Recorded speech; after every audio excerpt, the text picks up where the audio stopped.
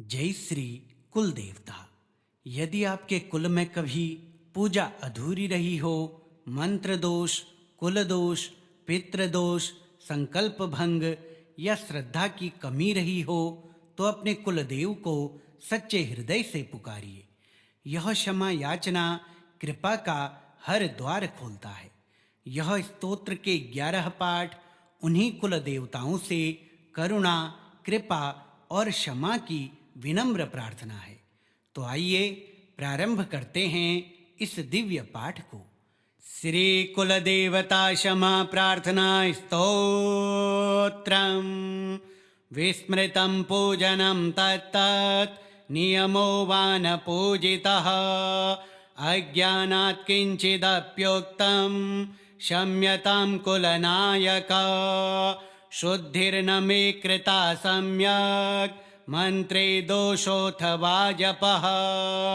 संकल्पो विचलितो मे क्षम्यतां देव दारुणम्। नैवेद्यं यदि न्यूनं वा वस्त्रभूषणभाजनं। संकटं गृहकृतं च क्षम्यतां देव सर्वदा। कुलसंरक्षक त्वमेव मोक्षदः फलदायकः। सर्वकर्म विचारेषु क्षन्तुमर्हसि नायक। मूलतो मन्त्रदोषोऽपि तत्त्वज्ञानविवर्जितम्। अर्चनं भावहीनं वा क्षम्यतां देव मे सदा। अहङ्कारमतो मोहात् वृथा गर्वो मम स्थितः। सर्वं तद्विनिवर्त्येदं क्षम्यतां पुरुषोत्तम। पठन् स्तोत्रमिदं भक्त्या कुलपापं विनश्यति। सर्वदोषविनिर्मुक्तः कृपा ते लभते नरः। श्रद्धया यः पठेत् भक्त्या कुलदेव प्रसन्नतः। स्वप्ने दृष्ट्वा ददात्यर्थं क्षमां तस्मै प्रदर्शयेत्। विस्मृतं पूजनं तत्तत् नियमो वा न पूजितः। अज्ञानात् किंचिदप्योक्तं क्षम्यतां कुलनायक। शुद्धिर्न मे कृता सम्यक् मंत्रे दोषोऽथ वा जपः। संकल्पो विचलितो मे क्षम्यतां देव दारुणम्। नैवेद्यं यदि न्यूनं वा वस्त्रभूषणभाजनं। संकटं गृहकृतं च क्षम्यतां देव सर्वदा। कुलसंरक्षक त्वमेव मोक्षदः फलदायकः। सर्वकर्म विचारेषु क्षन्तुमर्हसि नायक।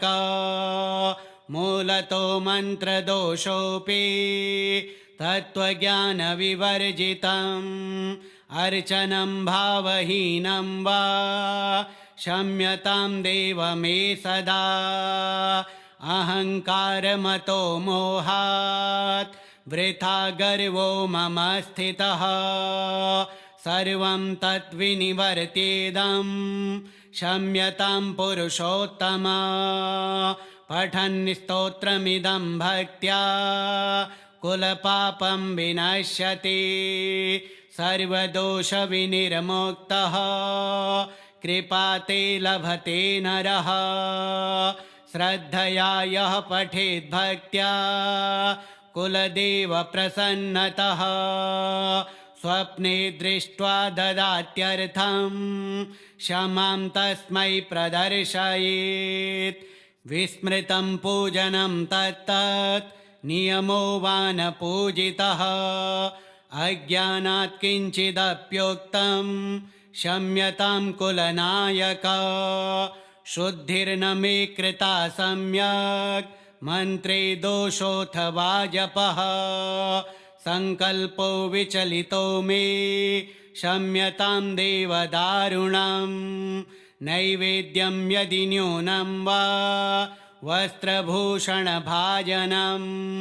सङ्कटं गृहकृतं च क्षम्यतां देव सर्वदा कुलसंरक्षक त्वमेव मोक्षदः फलदायकः सर्वकर्मविचारेषु क्षन्तुमर्हसि नायक मूलतो मन्त्रदोषोऽपि तत्त्वज्ञानविवर्जितम् अर्चनं भावहीनं वा क्षम्यतां देव मे सदा अहङ्कारमतो मोहात् वृथा गर्वो मम स्थितः सर्वं तद्विनिवर्त्येदं क्षम्यतां पुरुषोत्तम पठन् स्तोत्रमिदं भक्त्या कुलपापं विनश्यति सर्वदोषविनिर्मुक्तः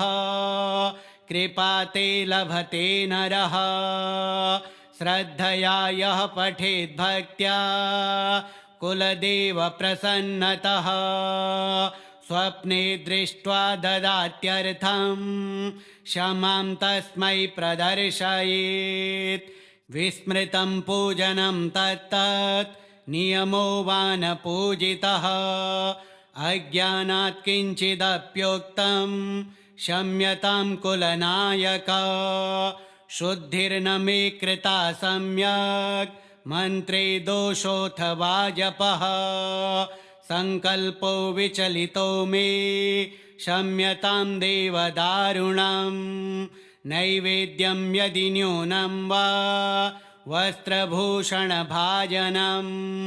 सङ्कटं गृहकृतं च क्षम्यतां देव सर्वदा कुलसंरक्षक त्वमेव मोक्षदः फलदायकः सर्वकर्मविचारेषु क्षन्तुमर्हसि नायक मूलतो मन्त्रदोषोऽपि तत्त्वज्ञानविवर्जितम् अर्चनं भावहीनं वा क्षम्यतां देव मे सदा अहङ्कारमतो मोहात् वृथा गर्वो मम स्थितः सर्वं तद्विनिवर्त्येदं क्षम्यतां पुरुषोत्तम पठन् स्तोत्रमिदं भक्त्या कुलपापं विनश्यति सर्वदोषविनिर्मुक्तः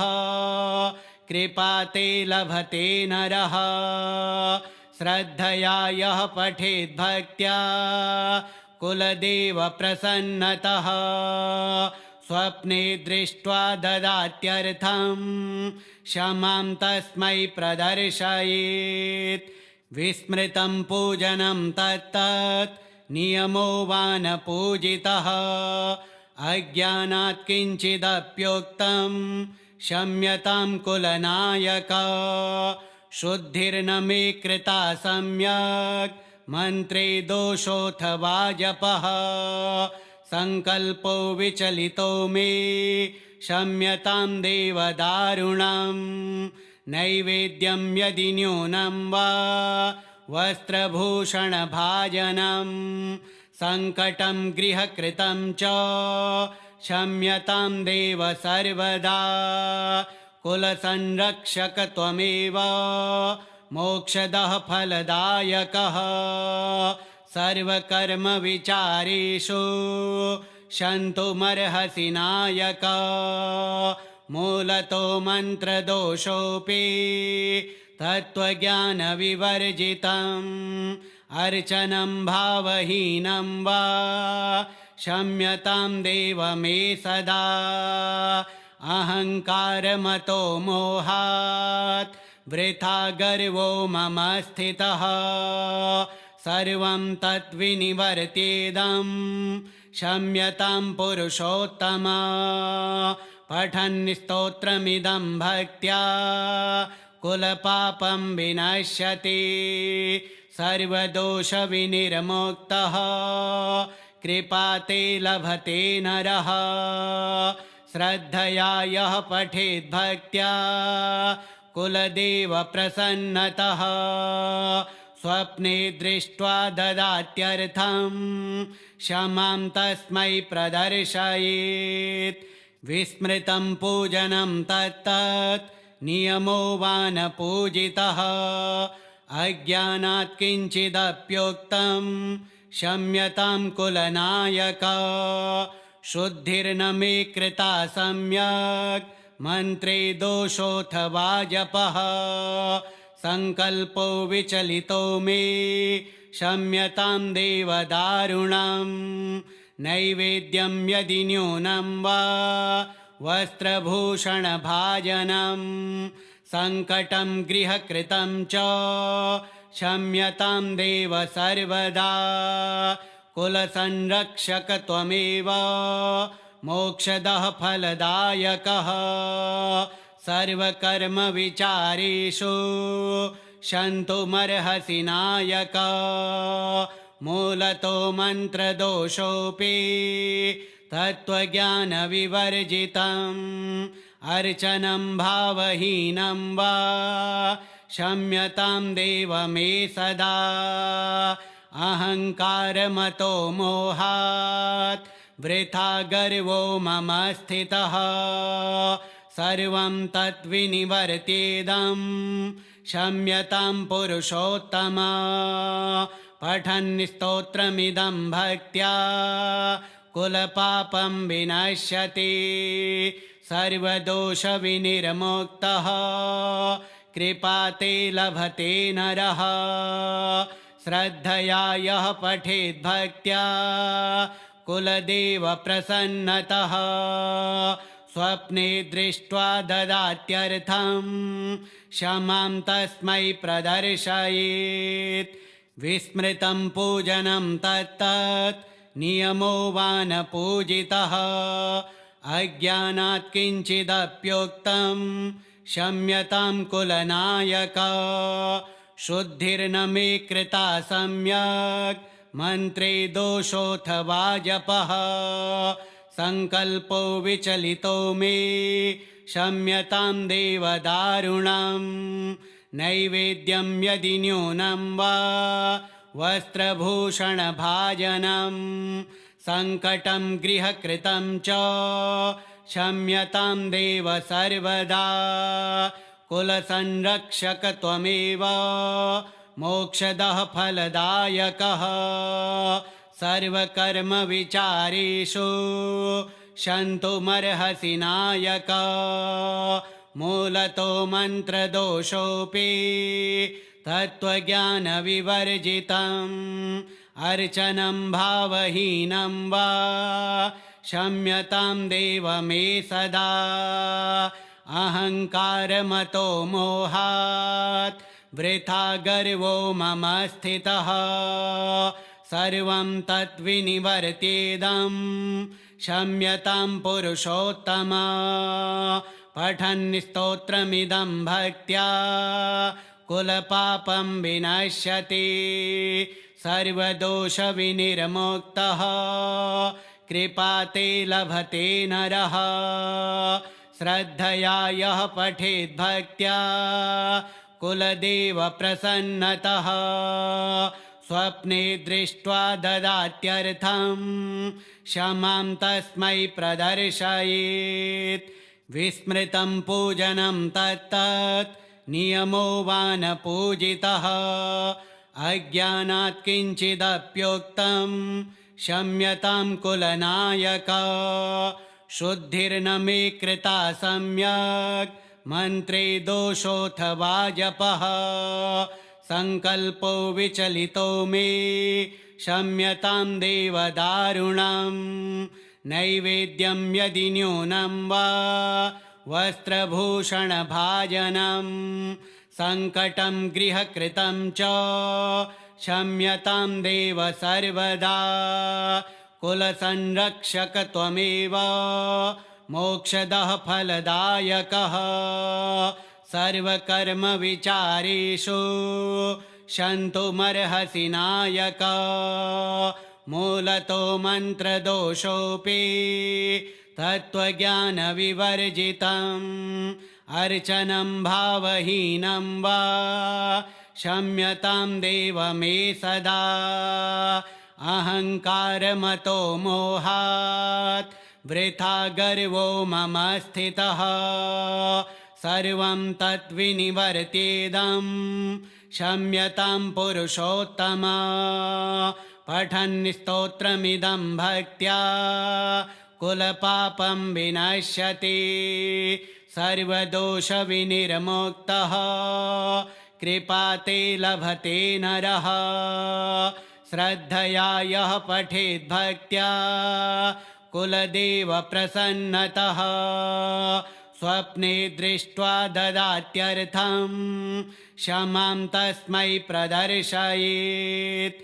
विस्मृतं पूजनं तत्तत् नियमो वा न पूजितः अज्ञानात् किञ्चिदप्योक्तं क्षम्यतां कुलनायक। शुद्धिर्न मे कृता सम्यक् मन्त्रे दोषोऽथवा जपः संकल्पो विचलितो मे क्षम्यतां देव दारुणम्।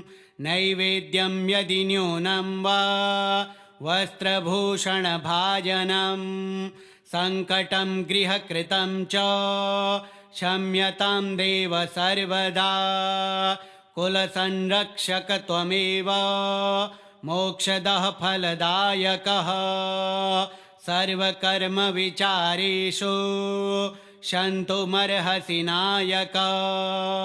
मूलतो मन्त्रदोषोऽपि तत्त्वज्ञानविवर्जितम् अर्चनं भावहीनं वा क्षम्यतां देव मे सदा।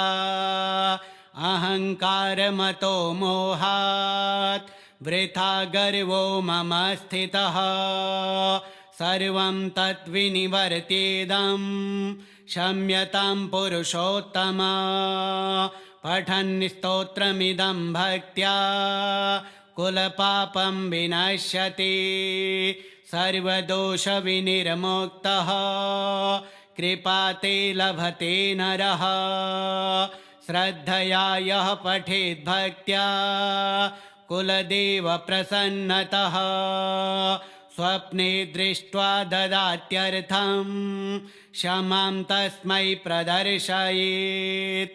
विस्मृतं पूजनं तत्तत् नियमो वा न पूजितः अज्ञानात् किञ्चिदप्योक्तं क्षम्यतां कुलनायक। शुद्धिर्न मे कृता सम्यक् मन्त्रे दोषोऽथवा जपः संकल्पो विचलितो मे क्षम्यतां देव दारुणम्। नैवेद्यं यदि न्यूनं वा वस्त्रभूषणभाजनं सङ्कटं गृहकृतं च क्षम्यतां देव सर्वदा। कुलसंरक्षक त्वमेव मोक्षदः फलदायकः सर्वकर्मविचारेषु क्षन्तुमर्हसि नायक। मूलतो मन्त्रदोषोऽपि तत्त्वज्ञानविवर्जितम् अर्चनं भावहीनं वा क्षम्यतां देव मे सदा।